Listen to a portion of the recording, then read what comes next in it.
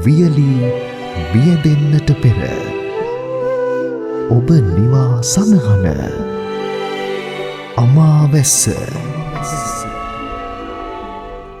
නමෝ තස්ස භගවතු අරහතු සබ්බ ධම්මේසු අප්පටිහත ඥානචාරස්ස දස බලධරස්ස චතුවේ සාරජ්‍ය විසරදස්ස සබ්බ සත්තුත්තමස්ස ධම්මිස්සරස්ස ධම්මරාජස්ස ධම්මස්සාමිස්ස තථාගතස්ස සබ්බඤුනෝ සම්මා සම්බුද්දස්ස. නමෝ තස්ස භගවතු අරහතු සබ්බ ධම්මේසු අප්පටිහත ඥානචාරස්ස දස බලධරස්ස චතුවේ සාරජ්‍ය විසරදස්ස සබ්බ සත්තුත්තමස්ස ධම්මිස්සරස්ස ධම්මරාජස්ස ධම්මස්සාමිස්ස තථාගතස්ස සබ්බඤුනෝ සම්මා සම්බුද්දස්ස. නමෝ තස්ස භගවතු අරහතු සබ්බ ධම්මේසු අප්පටිහත ඥානචාරස්ස දස බලධරස්ස චතුවේ සාරජ්‍ය විසරදස්ස සබ්බ සත්තුත්තමස්ස ධම්මිස්සරස්ස ධම්මරාජස්ස ධම්මස්සාමිස්ස තථාගතස්ස සබ්බඤුනෝ සම්මා සම්බුද්දස්ස.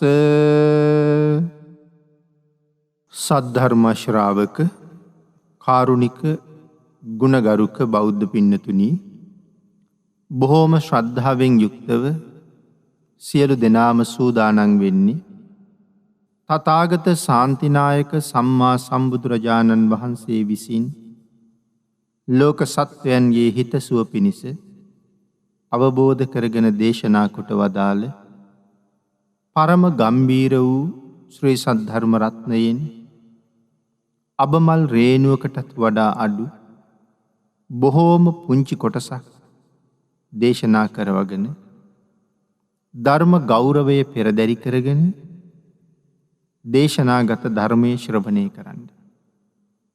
එහෙම ධර්ම ශ්‍රවණය කිරීම තුළින් ලබන අවවාද අනුශාසනා තම තමන්ගේ ජීවිතවලට එකතු කරගෙන වඩාත් නිවැරදි මෙලව ජීවිතයක් සකස් කරගන්නත්, නිවැරදි වුණ මෙලව ජීවිතයක් තුළින් සුගතිගාමී වූ පරලොව ආයිති භවයකින් සැනසෙන්නත්, අවසානයේ ප්‍රාර්ථනා කරන බෝධියෙන් සැප සහිත ප්‍රතිපදාවෙන් ඊටාම ඉක්මන් භවයක කෙටි කාලයකින් පහසුම ආකාරයෙන් චතුරාර්ය සත්‍ය ධර්මය අවබෝධ කර ගැනීමේ උතුම් පරමාර්ථයත් ඇතුවයි. පින්නතුනි, ඒ සියලු බලාපොරොත්තු ප්‍රාර්ථනාවන් එසේම මුදුන්පත් වේවා කියලා ආශිර්වාද කරනවා. පින්නතුනි, අද ධර්මදේශනාවේ මාතෘකාව හැටියට මම යොදාගන්න කල්පනා කළේ දජග්ග සූත්‍රයේ භාග්‍යතුන් වහන්සේ දේශනා කොට වදාළ උතුම් සූත්‍ර පාඨය. පින්නතුනි, අපේ භාග්‍යතුන් වහන්සේ අපට දේශනා කොට වදාලා යම් කෙනෙක් බුදුන් සරණ ගියා නම් ඒ පුද්ගලයාට බයක්, තැති ගැනීමක්, ලොමු දැහැ ගැනීමක් ඇති වෙන යම් මොහොතක් වෙනවද? ඒ හැම මොහොතකම භාග්‍යතුන් වහන්සේ මතක් කරන්න කියලා. ඒ ප්‍රකාශය මේ දජග්ග සූත්‍රෙත් අන්තර්ගත වෙලා තියෙනවා. අහංචකෝ භික්කවේ ඒවං වදාමි සචේ තුම්හාකම් භික්කවේ අරඤ්‍ය ගතානංවා රුක්කමූල ගතානංවා සුඤ්ඤාගාර ගතානංවා uppajjeyය භයංවා චම්බිතත්තංවා ලෝමහං සෝවා මමේව තස්මින් සමයේ අනුස්සරෙය්‍යාත. භාග්‍යවතුන් වහන්සේ දේශනා කරනවා, මහණෙනි, මම මෙසේද පවසමි. වනගතව සිටිනහු, රුක්ෂමූලයක සිටිනහු, විවේක ස්ථානයක සිටිනහු අවස්ථාවක නුඹලාට බියක්, තැති ගැනීමක්, ලොමු දැහැ ගැනීමක් ඇති වෙනවා නම් ආන් ඒ වෙලාවට මම ගැන සිහිපත් කරන්න. කොහොමද? ඉතිපිසෝ භගවා අරහං සම්මා සම්බුද්ධෝ විජ්ජාචරණ සම්පන්නෝ සුගතෝ ලෝකවිදු අනුත්තරෝ පුරිස ධම්ම සාරති සත්තා දේව මනුස්සානං බුද්ධෝ භගවා. මේ ආදි වශයෙන් මම සිහිපත් කරන්න භාග්‍යවතුන් වහන්සේ දේශනා කරනවා. පින්නතුනි, මේ ලෝකේ කාටද එහෙම කියන්න පුළුවන්? අපිට බයක්, තැති ගැනීමක්, ලොමු දැහැ ගැනීමක් ඇති වුණ වෙලාවක භාග්‍යවතුන් වහන්සේව මතක් කරන්න කියලා දේශනා කරන එක මහ සිංහනාදයක්. පින්නතුනි, මේ ලෝකෙ වෙන කාටද අභීතව එහෙම කියන්න පුළුවන්කම තියෙන්නේ? ඒ සිහිපත් කිරීම තුලින්ම ඒ බය, තැති ගැනීම, ලොමු දැහැ ගැනීම නැති වෙනවා. ආරක්ෂා සම්පත්තිය ඇති වෙනවා. අපි මොනතරම් ශ්‍රේෂ්ඨ ශාස්තෘවරයෙකුගේ ශ්‍රාවකයෝද පින්නතුනි? මේ ලෝකේ වෙන මොන ශාස්තෘන් වහන්සේද එහෙම ප්‍රකාශ කරලා තියෙන්නේ? පින්නතුනි, භාග්‍යවතුන් වහන්සේ මේ කරන ප්‍රකාශය මනාව තහවුරු කරන තැනක්. විශේෂයෙන් සඳහන් වෙනවා මේ සරණ තෙරුන් වහන්සේගේ වස්තුවේ. අද ධර්ම දේශනාව තුළින් මේ සූත්‍ර පාඨය ඇසුරු කරගෙන සරණ තෙරුන්ගේ වස්තුව පැහැදිලි කරලා මේ කාරණාව තහවුරු කරවන්න අදහස් කළා.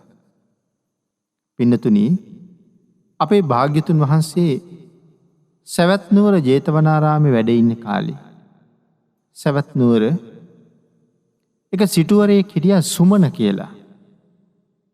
මේ සුමන සිටුවරයාගේ ස්වාමි දියණිය සුජම්පතිකා. සුමන සිටුවරයාටත් සුජම්පතිකාවටත් දාව දරු දෙන්නෙක් හිටියා. වැඩිමහල් කෙනා පුතෙක්, අනික් දරුවා දුවක්. සුමන සිටුවරයත් සුජම්පතිකාවත් හදිස්සියේ මරණාසන්න වුණා. ඒ වෙලාවේ සුමන සිටුවරයා තමන්ගේ පුතාට කතා කරලා කියනවා, පුතේ, නුඹ වෙනුවෙන් මහ ලොකු දෙයක් අපිට කරන්න බැරි වුණා. ඉදිරියට එහෙම දෙයක් කරන්න ලැබෙන්නෙත් නැහැ. අපි දැන් මරණාසන්නයි. නමුත් මේ හරි හම්බ කරගත්ත යම් ධන සම්පත් ප්‍රමාණයක් තියෙනවනම් ඒ සියල්ලම උඹ වෙනුවෙන් ඉතුරු කරලා තියෙනවා. පුතේ, මේ ධන සම්පත් දියුණු කරගන්න. උඹේ නැගණිය උඹට බාරයි. ඇය හොඳට රැක බලා ගන්න. ඇය ලොකු මහත් කරගන්න. සුදුසු කාලයේ ඇය වෙනුවෙන් කළ යුතු හැම කටයුත්තක්ම ඔබ විසින් සම්පූර්ණ කරන්න. ඔබ සතු මේ ධන සම්පත් වලින් කොටසක් එදාට ඔබේ නැගණියටත් පවරලා දෙන්න. එහෙම කියලා දියණියට කතා කරලා දියණියගේ අත සහෝදරයාගේ අත උඩින් තියලා පුතාට සඳහන් කළා, පුතේ, නංගි හොඳට බලා ගන්න කියලා. අම්මයි තාත්තයි මරණයටපත් වුණා. මේ සිටු කුමාරයා තමන්ට පුළුවන් හැටියට මව්පියන්ගේ ආදාහන කටයුතු ආදී සියල්ල හොඳින් නිමා කළා.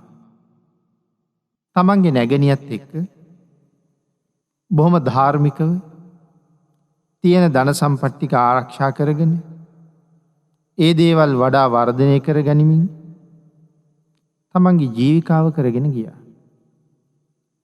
පින්නතුනි මෙහෙම කාලයක් යනකොට තමන්ගේ නැගණිය තරුණ වයසට පැමිණිලා දැන් ඇය සරණ බන්ධනයකට යොමු කරන්න හොඳ කාලේ. ඒ නිසා නැගණියට සුදුසු කුලයකින් සුදුසු තරුණයෙක් හොයලා ඔහු විවාහයට අවශ්‍ය කටයුතු සූදානම් කළා. නැගණියගෙත් කැමැත්ත ඇතුව ඒ විවාහයත් ඔහු හොඳින් සිද්ධ කළා. තමන් සන්තකව මව්පියන්ගෙන් ලැබුණ යම් ධනයක් තියෙනවාද එයින් සුදුසු පරිදි නැගණියට දායාද දුන්නා. ඇය තමන්ගේ ස්වාමියත් එක්ක ඊටාම හොඳින් තමන්ගේ ජීවිකාව කරගෙන ගියා. සිටු කුමාරයාත් නැගණියගේ විවාහයෙන් පස්සේ තමන්ට සුදුසු තැනකින් තමනුත් ආවාහයක් කරගත්තා. මෙහෙම කාලයක් ගෙවිලා යනකොට මේ කුමාරයාගේ නැගණිය ගැබිනියක් වුණා. ඇය එක දවසක් තමන්ගේ ස්වාමියාට කතා කරලා කියනවා, ස්වාමීනි මට මගේ සහෝදරයා ගාවට ගිහිල්ලා එන්න ආසයි කියලා. ඒ ස්වාමි පුරුෂයාත් ඒ කාරණාවට එකඟ වුණා. බොහෝ තෑගි බෝගත් අරගෙන ඈත් අඬ ගහගෙන ඇගේ සහෝදරයාගේ නිවසට යන්න ඔවුන් පිටත් වුණා. පින්නතුනි අපේ තිලෝගුරු සම්මා සම්බුදුරජාණන් වහන්සේ එදා මනාව සිවුරු හැඳ පොරවගෙන නීල පීතාදී වූ සවනක් ගන බුද්ධ රශ්මි මාලාවන් දස දිසාවේ විහිදුවමින් බොහෝ භික්ෂු සංඝයා වහන්සේත් පිරිවරාගෙන අනූපමය වූ බුද්ධ ලීලාවෙන් දුටු දුටුවන් සතුටු කරවමින් පිණ්ඩපාතය සඳහා නුවරට වැඩම කරන්න යෙදුණා. භාග්‍යතුන් වහන්සේ නුවරට වැඩම කරලා දොරක් දොරක් ළඟ කප්රුකක්සේ දිලිහි දිලිහි ගෙපිලි වලින් පිඬුසිඟමින් වඩින අවස්ථාවේ මේ දෙමහල්ලනුත් පින්නතුනේ මේ මාර්ගයෙන් ඉදිරියට එනවා. විදුලිය වැදීම නිසා රත්තරන් පර්වතයක් කොහොම දීප්තිමත් වෙනවද? එවන් ආත්ම භාවයක් ඇතිව වඩින බුදුරජාණන් වහන්සේ දැකලා ඊටාම සතුටු සිතින් භාග්‍යතුන් වහන්සේට පසඟ පිහිටවල වැන්දා. බුදුරජාණන් වහන්සේට වන්දනා කරලා පසෙකට වෙලා භාග්‍යතුන් වහන්සේගේ ඒ අනූපමය වූ රූප ස්වභාවය දිහා බොහෝම සතුටින් බලාගෙන ඉන්නවා. අපේ භාග්‍යතුන් වහන්සේ මේ දෙපළ දිහා බලලා මේ ජීවිතෙන්ම උතුම් මාර්ගඵල ලබා ගන්න උපනිශ්‍රේ සම්පත් ඔවුන්ට තියෙන බව දැනගෙන ඒ දෙපළ තිසරණ සහිත පංචශීලයේ පිහිටෙව්වා. පින්නතුනි භාග්‍යතුන් වහන්සේ තිසරණ සමාදන් කරවලා සීලෙහි පිහිටවලා දේශනා කොට වදාලා ඔබ දෙපළට කිසියම් කලක යම් කිසි දුකක් ඇති වුණොත් අන් ඒ අවස්ථාවේ මම සිහිපත් කරන්න කියලා. යම් කිසි කාලයක රජවරුන්ගෙන් හොරුන්ගෙන් කිසියම් බයක් ඇති වුණොත් ඒ කාලෙටත් මවව සිහිපත් කරන්න කියලා භාග්‍යතුන් වහන්සේ සඳහන් කළා. ඊට අමතරව යක්ෂයින්, ප්‍රේතයින්, පිසාචයන් සිංහ ව්‍යාග්‍ර වලස් ආදී කිසියම් සතෙක් නිසා හෝ නයි පොළොන් ආදී දීර්ඝ ජාති ඇති සතෙක් නිසා හෝ අව්ව වැස්ස ගින්න සුළඟ විදුලිය හෙන පිපිරීම් ආදිය නිසා බයක් ඇති වෙනවද? උණක් හිසේ රදයක් ආදී රෝගයක් නිසා හෝ සීතල උෂ්ණය නිසා හෝ යම් උපද්‍රවයක් ව්‍යසනයක් පීඩාවක් ඔබලාට යම් කලෙක පැමිණෙනවද? ඒ ඕනෑම මොහොතක මම සිහිපත් කරන්න කියලා භාග්‍යතුන් වහන්සේ ඒ අයට සඳහන් කළා. පින්නතුනි, යම් කාලයක යමෙක් මරණාසන්න වෙනවද? අන්තිම සෙයියාවෙන් වැතිරෙනවද? මාරයා හා යුද්ධ කරලා පරදිනවද? ආංගේ කාලිට පස්මරුන් පරාජය කොට ජයගත් සම්මා සම්බුදුරජාණන් වහන්සේගේ නාමය හැම කාලයකම භක්ති ප්‍රේම සහිතව සිහි කරන්න කියලා සඳහන් කොට වදාලා. පින්නතුනි, අපේ භාග්‍යතුන් වහන්සේ අපේ ජීවිතයට කොතනදිද පිහිට නොවුනි?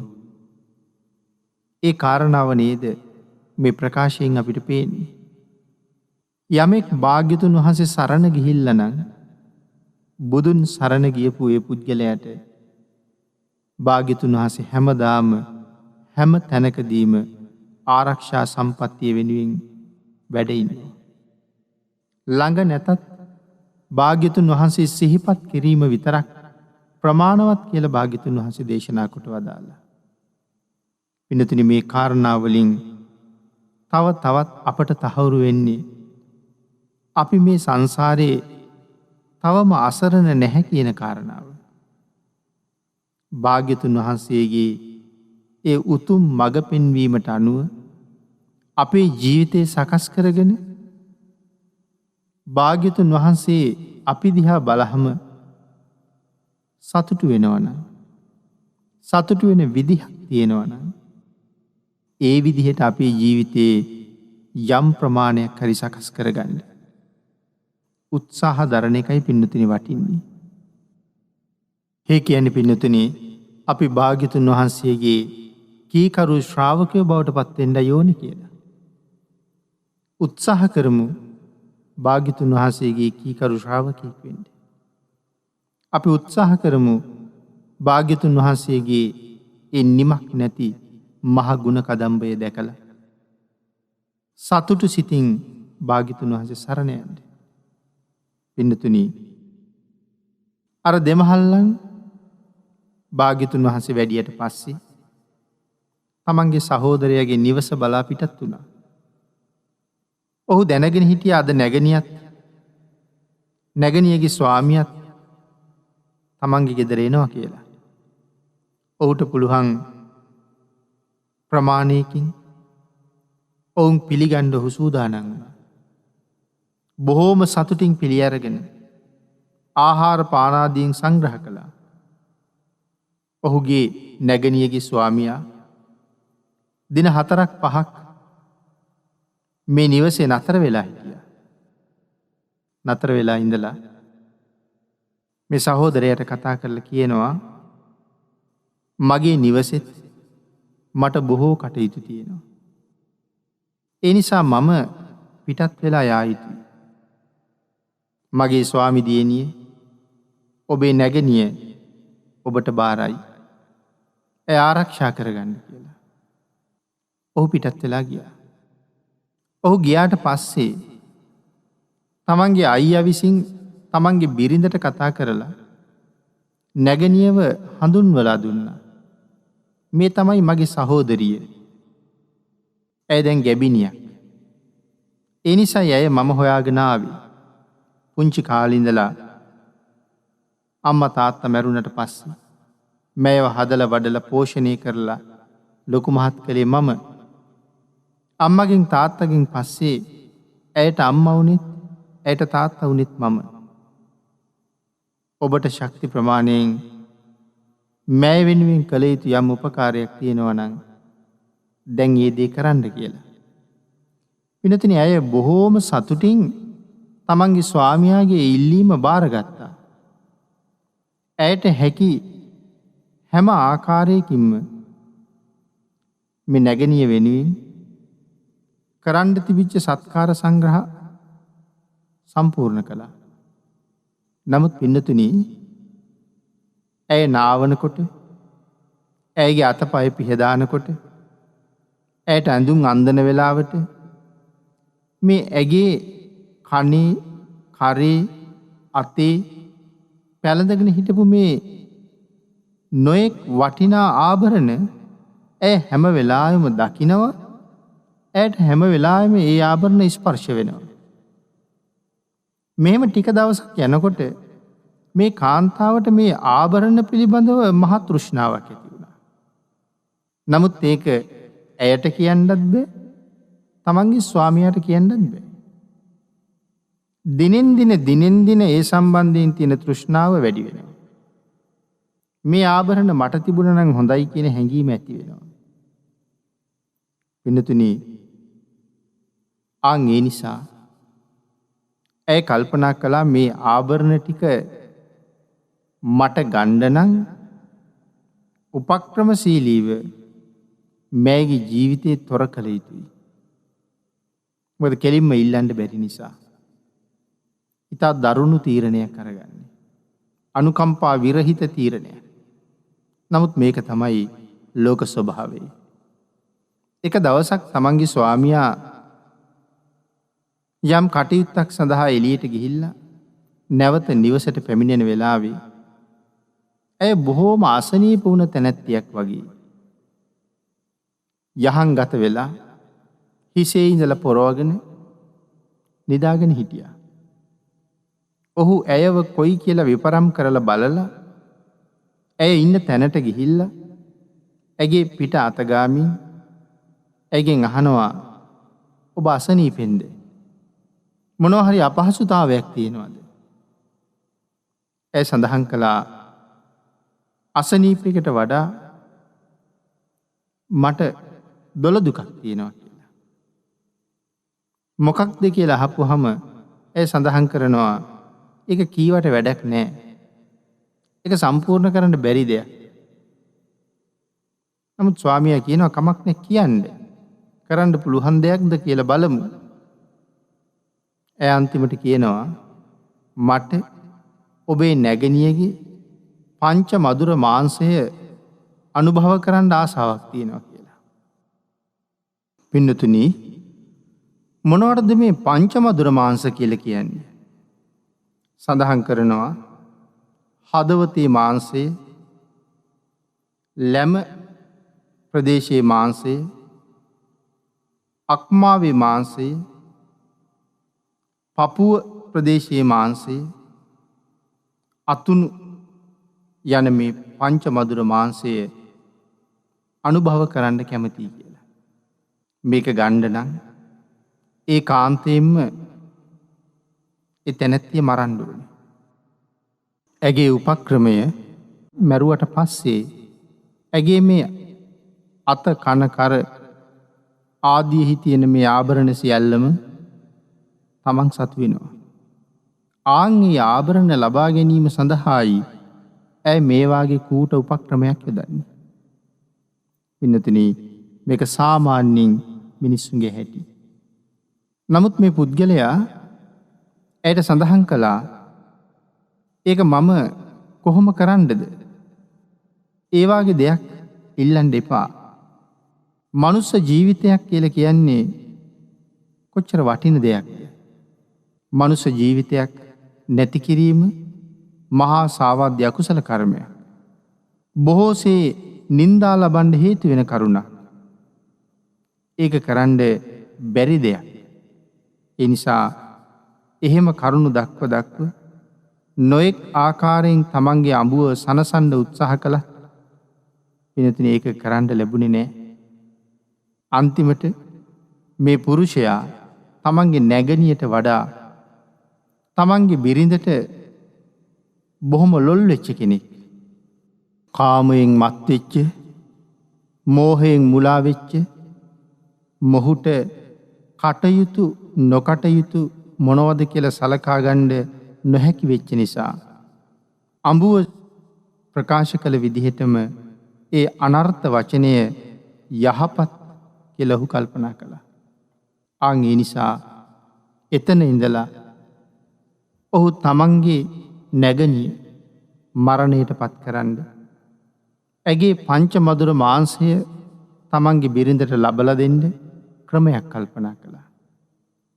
පින්නතුනි, මේ අඥාන පුද්ගලයා දවසක් තමන්ගේ නැගණියට කතා කරලා කියනවා, නැගණියනි, අපේ අම්මයි තාත්තයි ජීවත් වෙලා ඉන්න කාලේ බොහෝ දෙනෙකුට ණයට ධනය දීලා තියෙනවා. ඒවා තාමත් ඔවුන් ආපහු දීලා නැහැ. අපි දෙන්නම දැන් එකට ඉන්න වෙලාවේ අපි දෙන්නම යමු ඒ ණයතුරුස් ටික එකතු කරගෙන එන්න. ඇය කැමති කරවගෙන ඇයට උස රථයකට ගොඩ වෙලා යන්න බැරි නිසා මිටි රථයක් සකස් කරගෙන ඈත් නංවගෙන ඔහු මේ රථයෙන් පිටත් වුණා. මග ගෙවාගෙන ගිහිල්ලා මාර්ගයේ එක්තරා වනාන්තර ප්‍රදේශයකට ළඟා වෙලා ඒ වනාන්තරයේ අසල මේ රථය නතර කරලා ඔහු රථයෙන් බැහැලා තමන්ගේ නැගණියට කතා කරලා කියනවා රථයෙන් බහින්න කියලා. ඇය සඳහන් කරනවා මට ටිකක් අමාරුයි. මේ බහින්න නගින්න අපහසුයි. නමුත් ඔහු කියනවා නෑ බහින්න. ඇය බහින්නේ නැති නිසා ඇගේ කෙස් වලින් අල්ලගෙන බිමට ඇදලා ගත්තා. එතකොට පින්නතුනි ඇය වැටුණා. වැටෙනකොට දරුගැබ හොඳට මෝරලයි තිබුණේ. ඇයට කර්මජ වාතය ඇති වෙලා මේ දරුවා ප්‍රසූත කරන්න නිමිති පහළ වුණා. මේ වෙලාවේ ඇය හුඟක් ලැජ්ජ වුණා. මොකද තමන්ගේ සහෝදරයා තමන් ළඟ දරුවා බිහි වෙන්නයි සූදානම. ඉතින් සහෝදරයා බලාගෙන ඉන්නකොට මේ කාරණාවට ඇයට ලැජ්ජ හිතුණා. ඒ නිසා කියනවා අනේ ස්වාමීනි, මෙතනින් ටිකක් අයින් වෙන්න. මට විලිරුදාව හැදිලායි තියෙන්නේ. දැන් දරුවා බිහි වෙන්න ඉතාම ආසන්නයි. පින්නතුනි, එහෙම සඳහන් කළාට මේ පුරුෂයාට මේ වෙලාවේ ඒ කරුණ මොකවත් තේරෙන්නේ නැහැ. ඔහුට එව්වා නෑහුණ ගානයි. ඇය කොච්චර කීවත් ඔහු ඊළඟට ඇගේ කෙහෙවැටියෙන් අල්ලගෙන ඇය කැලේ ඇතුළට ඇදගෙන යනවා. ඇයට විලි වේදනාව බොහෝම දැනෙනවා. ඒ වේදනාව නිසා ඇය මුරගානවා. මේ අතරේ ඇගේ දරුවා බිහි වුණා. ඇදගෙන යන අතරෙම දරුවා බිහි වුණා. ඇය කල්පනා කරනවා මොහුගෙන් මට අද බේරුමක් නෑ. අනිවාර්යෙන් මට මරණය උරුමයි. නමුත් මේ කැලෑවේ දර කඩන්න, වැල් අදින්න, නොයෙක් කටයුතු වලට ආපු අය ඉන්න පුළුවන්. මාව බේරගන්න කියලා මම කෑ ගැහුවොත් කාට හරි ඇහිලා මේ ස්ථානයට දුවගෙන එයි. හැබැයි මේ පැමිණෙන අය මගේ සහෝදරයාට එහෙම වුණොත් පහර දෙයි. ඇයි කල්පනා කරනවා මම මැරුවත් මගේ සහෝදරයාට එහෙම කරදරයක් නොවෙන්න ඕනේ. ඒ නිසා මම කෑ ගහන්නේ නැහැ කියලා තීරණය කළා. පින්නතුනි, ඇය තුළ තියෙන මේ මෛත්‍රී සිත කොයිතරම් උතුම්ද? තමන් මරන්න ඇදගෙන යනවා ඒ තමන්ගේ සහෝදරයා. නමුත් ඔහු මේ මගේ සහෝදරිය කියන කල්පනාවක් ඔහුට නෑ. අම්මා තාත්තා නැති වුණාට පස්සේ පුංචි කාලේ ඉඳලා මැය මමයි හදලා වඩලා පෝෂණය කළේ කියන හැඟීමක් නැහැ. කාමයට ලොල් වෙලා නිසා. මේක තමයි මිනිස්සුන්ගේ ස්වභාවය. එදා විතරක් නෙමෙයි. මේ දේවල් පින්නතුනේ අදත් ඕන තරම් දකින්න තියෙනවා. බිරිඳ කියලා කියන්නේ සමහර වෙලාවට Tamanට ලේ ඥාතිත්වයක්වත් නැති මෑත කාලේ හඳුනගත්ත මෑත කාලේ Tamanගේ ජීවිතයට එකතු වෙච්ච කෙනෙක්. අම්මා තාත්තා කියලා කියන්නේ Tamanට ජීවිතය දුන්න දෙපළ. සහෝදර සහෝදරියෝ කියලා කියන්නේ Taman එක්ක එකම කුසින් මෙලව එළිය දැකපු අය. නමුත් පින්නතුනි පසුව Tamanගේ ජීවිතයට සම්බන්ධ වුණ යම් තැනැත්තියක් නිසා Tamanට ඇය පිළිබඳව තියෙන ලොල් බව කැමැත්ත මොකටද? කාමය නිසා. ආන් ඒ කාමය කොයිතරම් බලවත්ද?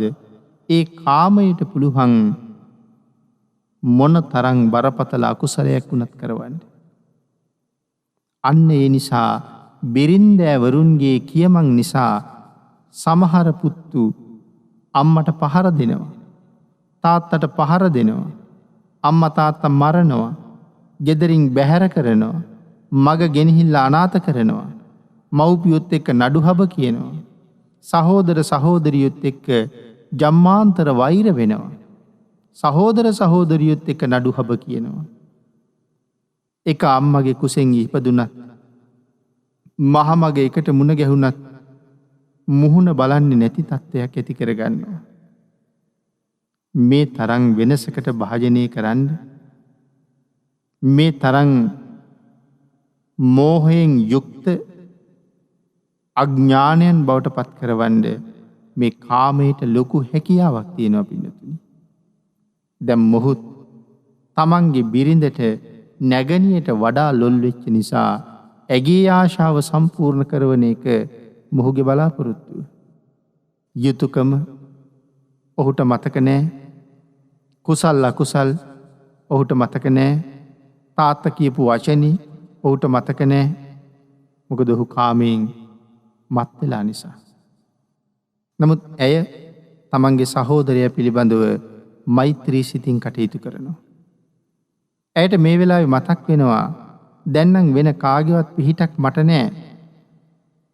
එදා සහෝදරයාගේ ගෙදර එන වෙලාවේ භාග්‍යතුන් වහන්සේ මගදී මුණ ගැහිලා ඔවුන් දෙපළ සරණ සීරියේ පිහිටවල කරපු අවවාදය ඇයට මතක් වෙනවා.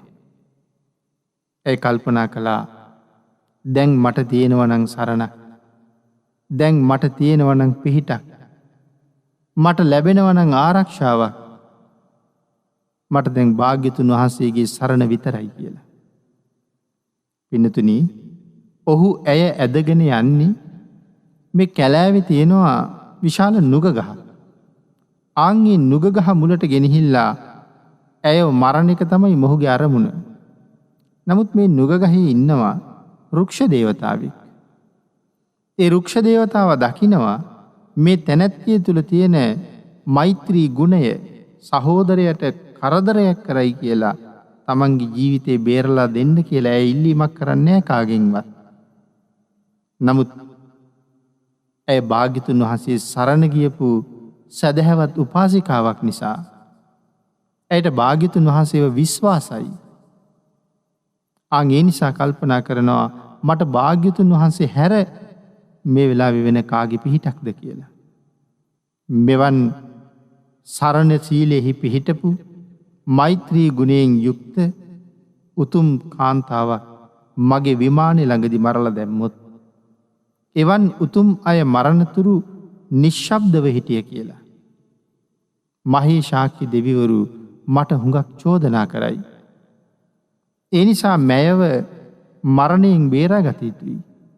එහෙම හිතලා මේ රුක්ෂ දේවතාව ඇගේ ස්වාමියාගේ වෙස් අරගෙන එතනට ඇවිල්ලා මේ කාන්තාවගේ සහෝදරයා බයගන්වලා එතනින් පළවා හැරලා මේ තරුණියත් ඇගේ දරුවත් බොහොම ආරක්ෂාකාරීව රථයක නංවගෙන සැවැත් නුවර ඇතුල් නගරයට එනකම් අරගෙනාව.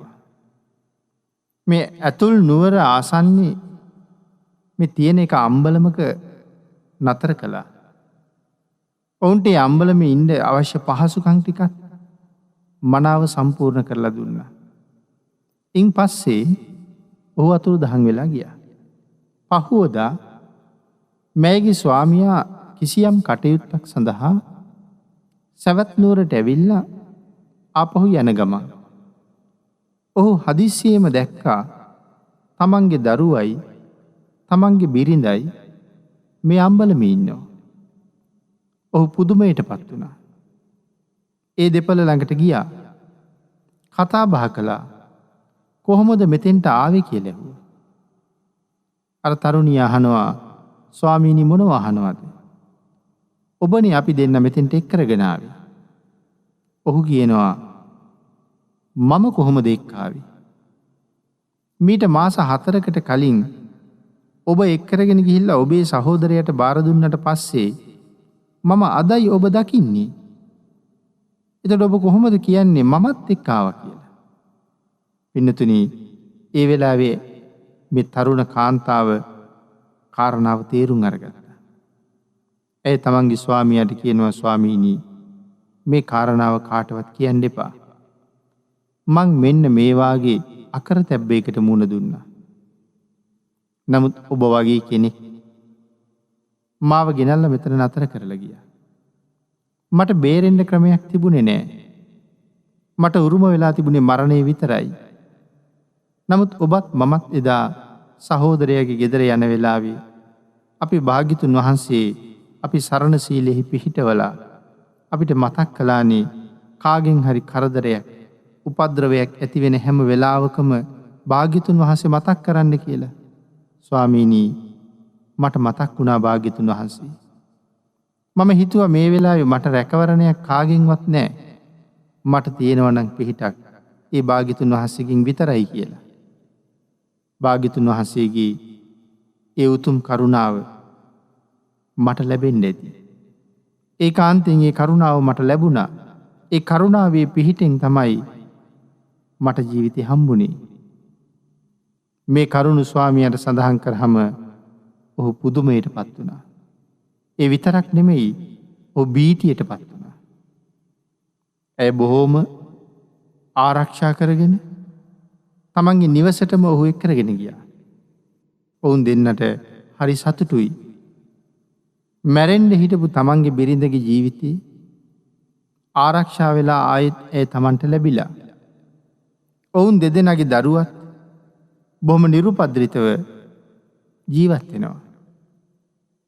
ඇගේ ජීවිතයත් දරුවගේ ජීවිතයත් දෙකම භාග්‍යතුන් වහන්සේගේ ආශිර්වාදය නිසා, රැකවරණය නිසා දෙමහල්ලු බුදුරජාණන් වහන්සේ මුණ ගැහෙන්න ගිහිල්ලා භාග්‍යතුන් වහන්සේට පසඟ පිහිටවල වන්දනා කරලා බුදුරජාණන් වහන්සේට දානයකට ආරාධනා කළා. මේ ජීවිතේම උතුම් මගඵල ලබන්න හේතු සම්පත් තියෙන මේ දෙපළ. ඒ අය පිළිබඳව භාග්‍යතුන් වහන්සේ අනුකම්පා කරනවා.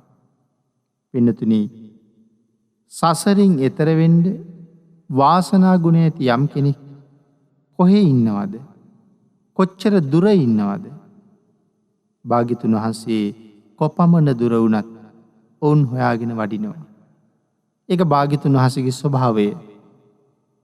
යම් කෙනෙක් සසරින් මිදෙනකොට තව කෙනෙක් නිරේට යනවා නම් භාග්‍යතුන් වහන්සේ අනුකම්පා කරන්නේ සසරින් මිදෙන කෙනාට.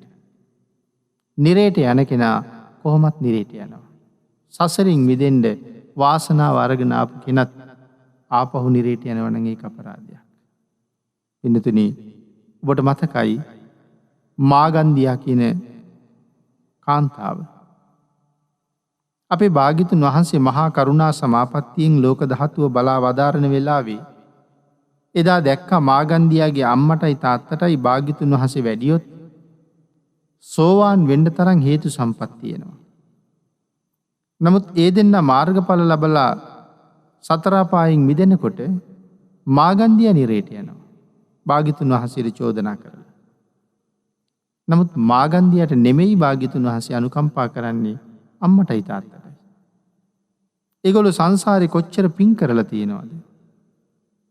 ඒගොල්ලෝ සංසාරේ කොච්චර සිල් රැකලා තියෙනවද? බුද්ධාන්තරයක සතර අපායෙන් මිදෙන්න. නමුත් මාගන්ධිය එහෙම කරලා නැහැ. මාගන්ධිය තුල ශ්‍රද්ධාව නැහැ. එහෙම ශ්‍රද්ධාව නැති සසරින් මිදෙන්න හේතු සම්පත් නැති කෙනෙක් වෙනුවෙන් සසරින් එතර වෙන්න හේතු සම්පත් ඇති කෙනෙක් සසරින් එතර නොකර ඉන්න එක භාග්‍යතුන් වහන්සේගේ සිරිත නෙමෙයි. එහෙනම් පින්නතුනි මේ දෙමහල්ලන්ටත් මේ ජීවිතයෙන් සෝවාන් වෙන්න පින් තියෙන බව දන්න අපේ භාග්‍යතුන් වහන්සේ ඒ ආරාධනාව පිළි අරගත්තා. නියමිත දවසේ භාග්‍යතුන් වහන්සේ ඒ නිවසේ දානෙට වැඩියා. ඉතා ප්‍රණීත ආහාර පාන ආදීන් දන් බලඳවල තමන්ගේ කතාව භාග්‍යතුන් වහන්සේට සඳහන් කළා. ඔවුන් ඉන්නේ බොහෝම සතුටින්. ඒ කාරණාවත් භාග්‍යතුන් වහන්සේට සඳහන් කරලා මේ දරුවගේ ජීවිතයත් භාග්‍යතුන් වහන්සේ නිසාම තමයි. ආන්ගේ දරුවා අරගෙන ගිහිල්ලා භාග්‍යතුන් වහන්සේට වැන්දෙව්වා. වන්දවල ඒ කුමාරයාට නමක් තිබ්බා සරණ කියලා. භාග්‍යතුන් වහන්සේගේ සරණ නිසයි ඔහුට ජීවිතය ලැබුණේ. එදා භාග්‍යතුන් වහන්සේ දානෙන් පස්සේ ඒ නිවසේදී කරපු අනුශාසනාව අහලා ඒ අම්මයි තාත්තයි දෙන්නම දහසක් නයින් ප්‍රතිමන්විත අති උතුම් සෝවාන් ආර්ය මාර්ගඵලය ලබා ගත්තා.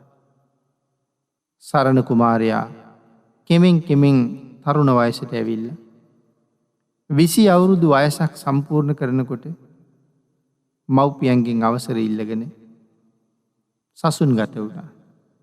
ඊටාම ශ්‍රද්ධාවෙන් වීරයෙන් ශාසන ප්‍රතිපදාව සම්පූර්ණ කරපු සරණ නොබෝ කලකින් සව් කෙලෙස් නැසලා රහත් වුණා. පින්නතුනි සරණ ඉස්තවිරයන් වහන්සේ සම්මා සම්බුද්ධ ශාසනයේ බබළුවලා පිරිනිවන් පාවදාලා. පින්නතුනි දේවාති දේව වූ අපේ බුදුරජාණන් වහන්සේගේ ඒ උතුම් නාමය ඊතා සුළු මොහොතකටවත් යම් කෙනෙක් සිහිපත් කරනවා නම් ඒ උතුම් නාමය ඒ උතුම් ගුණය සිහිපත් කරන හැම කෙනෙක්ම පිළිසරණක් නැති කෙනෙක් වෙන්නේ නැහැ. ඕනෑම අසරණ අවස්ථාවක ඉතිපිසෝ භගවා යනාදී මේ නවාරහාදී ගුණ සමූහයන් සිහිපත් කරනවා නම් එවන් පුද්ගලයන්ට හැම කාලෙකම භාග්‍යතුන් වහන්සේගේ සරණ තියෙනවා. යම් කෙනෙක් තිසරණෙහි පිහිටලා ඉන්නවා නම් ඒ උතුම් සරණ වුන්ට නොඅඩුවම ලැබෙනවා. සර්ව ප්‍රකාරයෙන් හැම කාලයකම සරණ සීලෙහි පිහිටලා භාග්‍යතුන් වහන්සේගේ ගුණ සිහිපත් කරලා සියලු උපද්‍රවයන්ගෙන් මිදිලා මෙලොව පරලොව දෙකෙහිම අර්ථ සිද්ධිය ඇති කරගන්න භාග්‍ය හැම කෙනෙකුටම තියෙනවා පින්නතුනි. බුදුන් සරණ ගියපු අයට භාග්‍යතුන් වහන්සේ සරණ යන එක මොනතරම් වටිනවද? භාග්‍යතුන් වහන්සේ සරණ යන එක මොනතරම් රැකවරණයක්ද? භාග්‍යතුන් වහන්සේගේ ආරක්ෂාව මෙලොව පරලොව දෙකේම අපිට නොඅඩුවම ලැබෙනවා පින්නතුනි. ආන්ගේ නිසා මෙලවත් සුවපත් කරලා පරලොවත් සුගතිගාමී කරනවා. බුද්ධෝත්පාද කාලයක උතුම් ශ්‍රේෂ්ඨ මනුස්ස ජීවිතයක් ලබා ගන්න එක ඒ ජීවිතය සම්මාදිට්ඨික ජීවිතයක් බවට පත් කරගන්න එක ඒ සඳහා සසර කොයිතරම් පින් කරලා තියෙන්න ඕනේද? පින්නතුනි ඒ විතරක් නෙමෙයි ලංකාව වගේ රටක උපදින්න මොන තරම් විශේෂ පුණ්‍ය කර්ම අපි කරන්න ඇද්ද. මේ ලෝකෙ උපදින්න තැන් තව හුඟක් තියෙනවා. අපිට සමහර වෙලාවට හිතනවා වෙන්න පුළුවන් අහවල් රටේ ඉපදුනා නම් කොච්චර හොඳද. මොන තරම් සැප සම්පත් සහිතව ජීවත් වෙන්න පුළුවන්ද. එහෙම හිතන අය ඕන තරම් ඉන්නවා. සමහර අය මේ රට දාලා ගිහිල්ලා ඒ වාගේ රටවල් වල පදිංචි වෙනවා.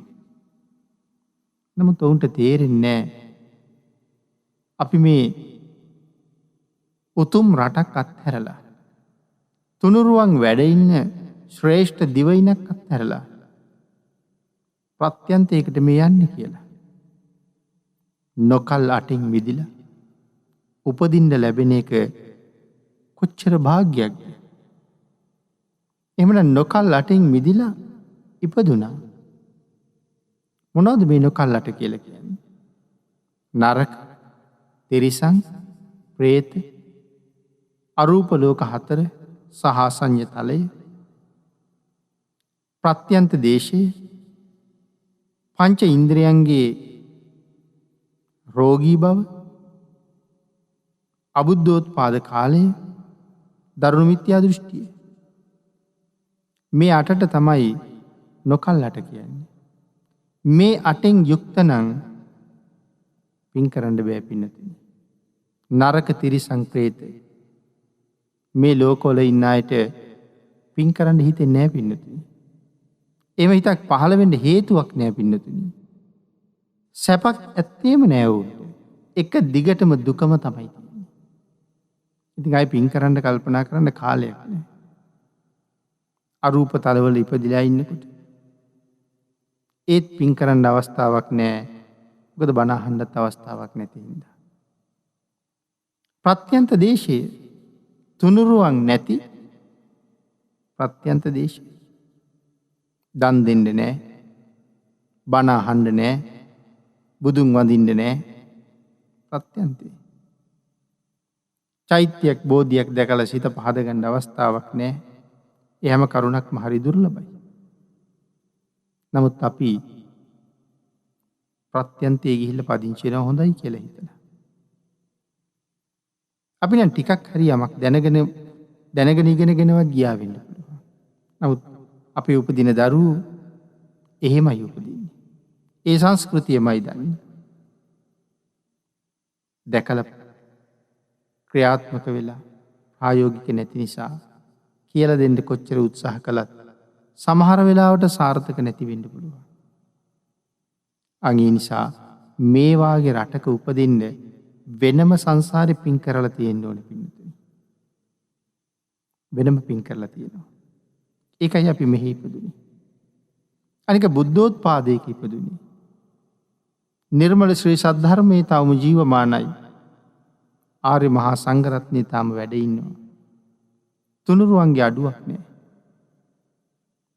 තුනුරුවන්ම වැඩ ඉන්න නිසා කරගන්න කොච්චර පින්කම් තියෙනවද?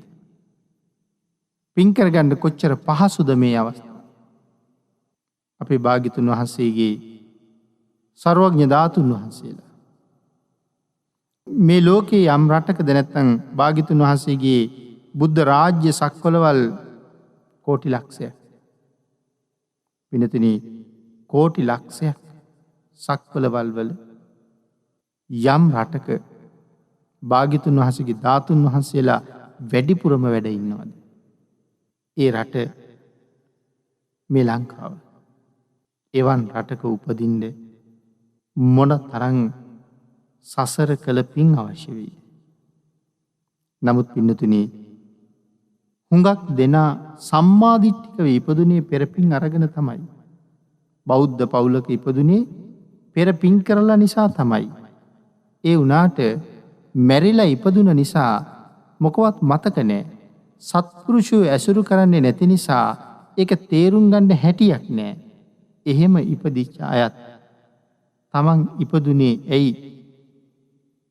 ඉපදුණු කාර්ය මොකක්ද කියන දේ වැටහෙන්නේ නැතුව අකුසල් කර කර ඉඳලා උපන්න කාරණාවෙන් ප්‍රයෝජන නොගෙන මැරිලා අවාසනාවන්ත විදිහට දුගතියට යනවා. මෙවන් උතුම් රටක ඉපදුන ඔබ මෙවන් ශ්‍රේෂ්ඨ ශාස්තෘන් වහන්සේ නමකගේ ශ්‍රාවකයෝ වෙන්ඩ සසර පින් කරපු ඔබ ප්‍රාර්ථනා කරන්න වන පින්නතුනි බෞද්ධයෙක් වෙන්ඩ. නිවන් දක්නා ජාති දක්වා සම්මාදිට්ඨික වන්නෙම්වා කියන ප්‍රාර්ථනාව තියෙන්න ඕනේ. පෙරත් එහෙම දැනගෙන ප්‍රාර්ථනා කරලා නිසා වෙන්න ඇති සම්මාදිට්ඨිකව ඉපදුනි. නමුත් අද සත්පුරුෂයෝ හම්බුන්නේ නැති හින්දා සත්පුරුෂ ඇසුරට යන්නේ නැති නිසා මේ කරුණු කාරණා තේරුම් ගන්න හැටියක් නෑ. ඒ හින්දා අවිද්‍යාවෙන් ඈත් වෙලා සම්මාදිට්ඨියට ඇවිල්ලා තුනුරුවන් හඳුනගෙන නිවැරදිව තිසරණෙහි පිහිටලා පන්සිල් ආරක්ෂා කරගෙන ඔබේ ජීවිතය ධර්මයෙන් පෝෂණය කරන්න. මේ කතාවේ සඳහන් කළා මරණයට ආසන්න වෙලාවෙත් භාග්‍යවතුන් වහන්සේ මතක් කරන්න ඒත් තියෙන්නේ රැකවරණය කියලා. පස් මරුන් දිනු භාග්‍යවතුන් වහන්සේ ගැන මතක් කරන්න කියලා දේශනා කළේ. එහෙමනම් පින්නතුනි දජග්ග සූත්‍රයෙන් අපිට භාග්‍යවතුන් වහන්සේ සිහිපත් කළේ බයක් ඇති ගැනීමක් ලොමු දැහැ ගැනීමක් ඇති හැම මොහොතකම භාග්‍යවතුන් වහන්සේ මතක් කරන්න කියලා. මේ ජීවිතය ආරක්ෂා කරලා දෙන්න භාග්‍යවතුන් වහන්සේ කොයිතරම් අපිට කරුණු දේශනා කරලා තියෙනවද? මේ විදිහට යෙදෙන්න, මේ විදිහට කරන්න, මේ විදිහට ක්‍රියාත්මක වෙන්න කියලා.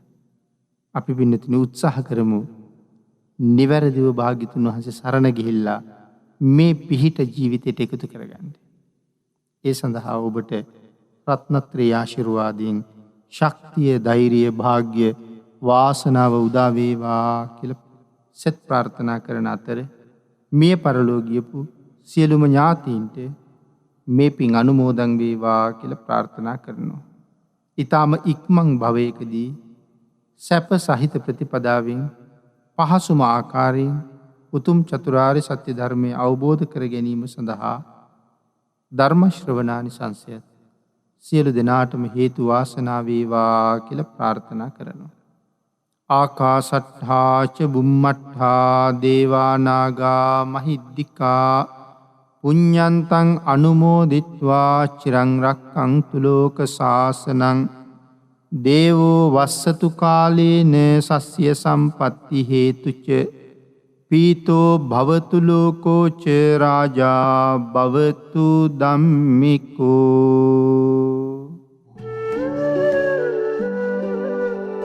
වියලී බියදෙන්නට පෙර ඔබ නිවා සනහන අමාවැස්ස